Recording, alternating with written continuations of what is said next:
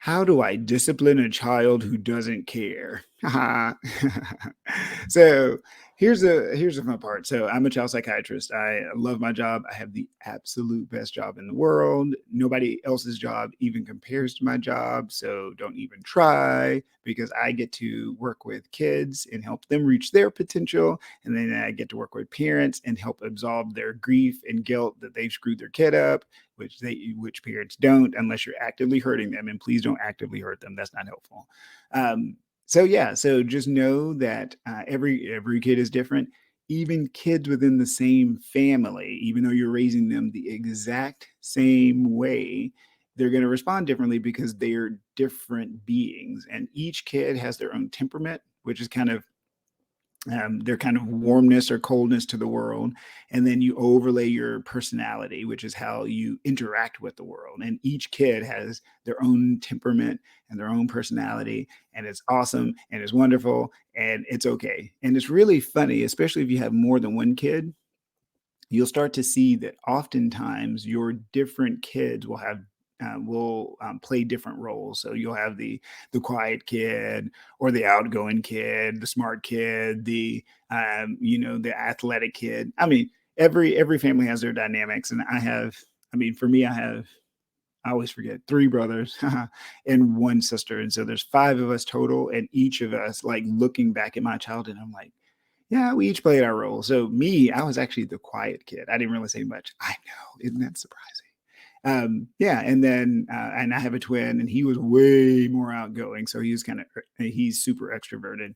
And then my oldest brother was super, super quiet. And then my sister, being the only girl, had her dynamic. So each of us are playing our roles and that sort of thing. And it was really funny because growing up, my twin brother, would get in trouble literally all the time, like, to the point where I was like, I don't understand why you can't seem to get the concept that if mama says don't do something, you don't do it. And he would just do it anyway. And of course, I grew up in East Texas, and so if you did something you weren't supposed to do, you got a whooping. Wah, wah, wah. And I was terrified of whooping, so I hardly ever got them because that was a motivating thing for me. For him, he literally did not care. He got whooped so much, it was like, now again, we laugh about it now because I was like, man, was this like child abuse? And I mean, it wasn't. It was, traditional kind of spanking and switches and that sort of thing. But I mean, he was just doing it all the time, to the point where I'm sure if my mom took us to go see a psychiatrist, she would have said, how do I discipline a kid that does not care? He doesn't seem to care about anything. And it's really funny now, because I can see where every child has a motivation. Every single one of them. Okay. Sometimes it's just your basic attention. Sometimes it's a toy, like a physical object.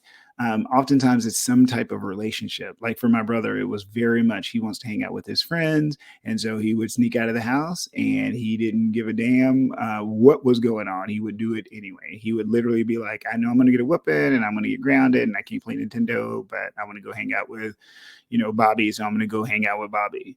And asking him that now, I'm like, I mean, you knew you were going to get in trouble, right? And he was like, yeah, it was just in that moment.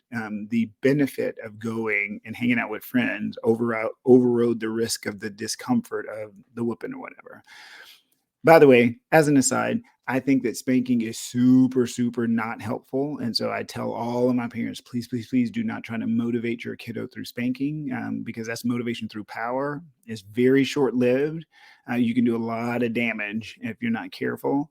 It is a hard habit to break in our society, because I think it's in the Bible, right? Something about spare the rod, spoil the child.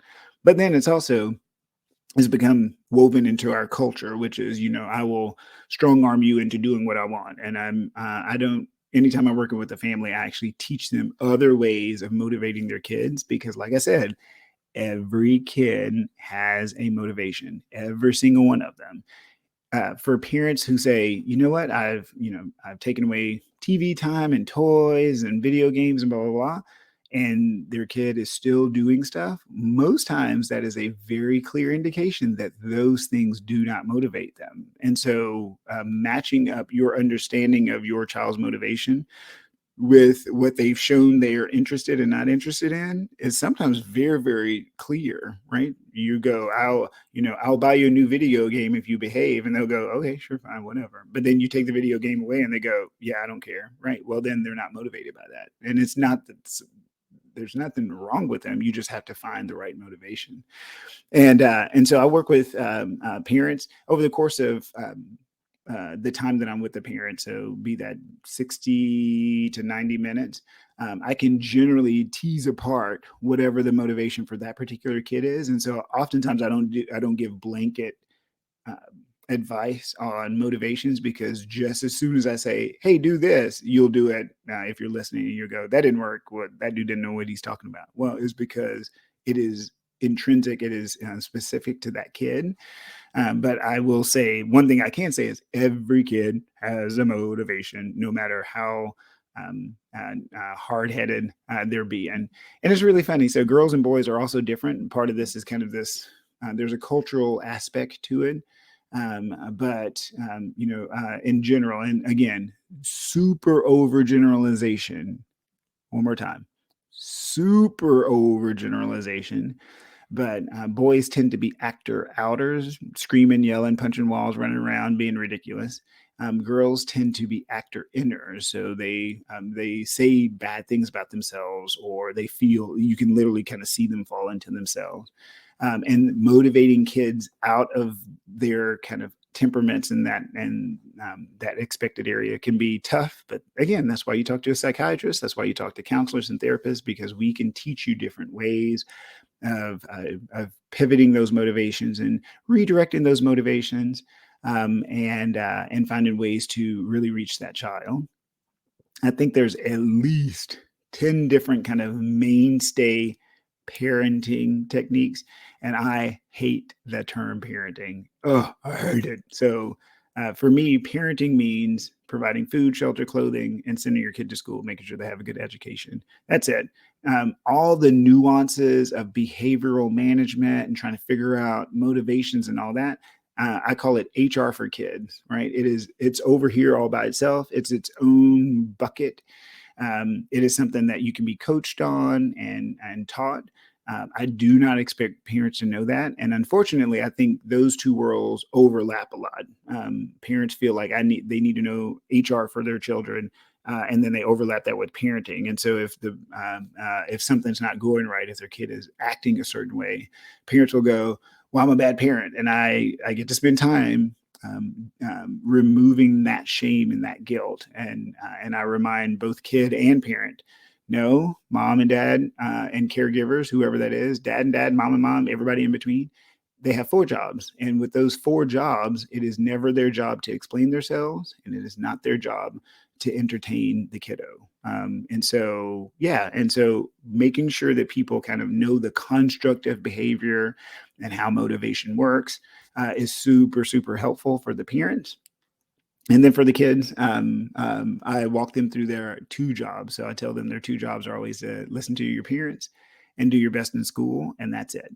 And so there's a whole lot more that goes on with that part, but it helps to kind of clarify behavioral expectations. It helps parents figure out what their kids' motivations are.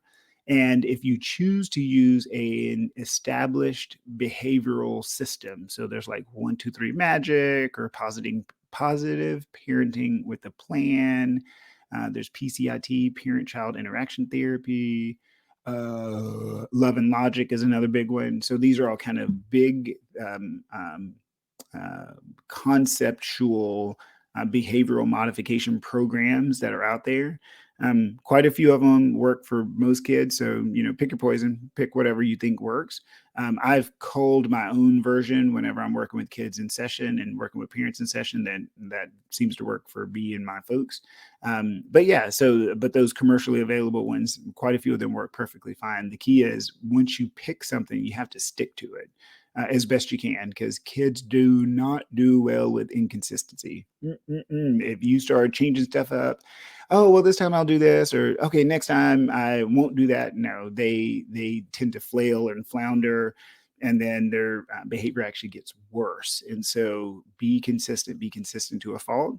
and then use those motivations to help build a behavioral framework around them so that they know what's expected of them and they know if they step outside the box, here's the natural consequences to those actions. And yeah, and then if for some reason you're like, you know what, I still cannot figure this out. What is up with my kid? Fist of rage. Or maybe fist of frustration, not rage, because we don't want to rage at the kid at the itty bitties. That's what we're here for. So if you say, you know what, I can't figure this out, or what I'm doing doesn't feel like it's working, you can talk to a therapist, counselor, psychiatrist. We love this stuff, especially child-related therapists and psychologists and psychiatrists. We love working with kids. We love helping y'all figure this stuff out. And so just reach out to us so that we can help walk you through that after we do a full evaluation to make sure that there's nothing else going on. So we always screen for other stuff. We screen for nutrition stuff and social and structural determinants of health and illnesses and all sorts of stuff to make sure that we're not missing those things as we evaluate for behaviors that are inappropriate and not helpful. Okay, so I hope that was really helpful as the topic when it comes to disciplining a child who doesn't have a motivation or doesn't seem to have a motivation, because they do.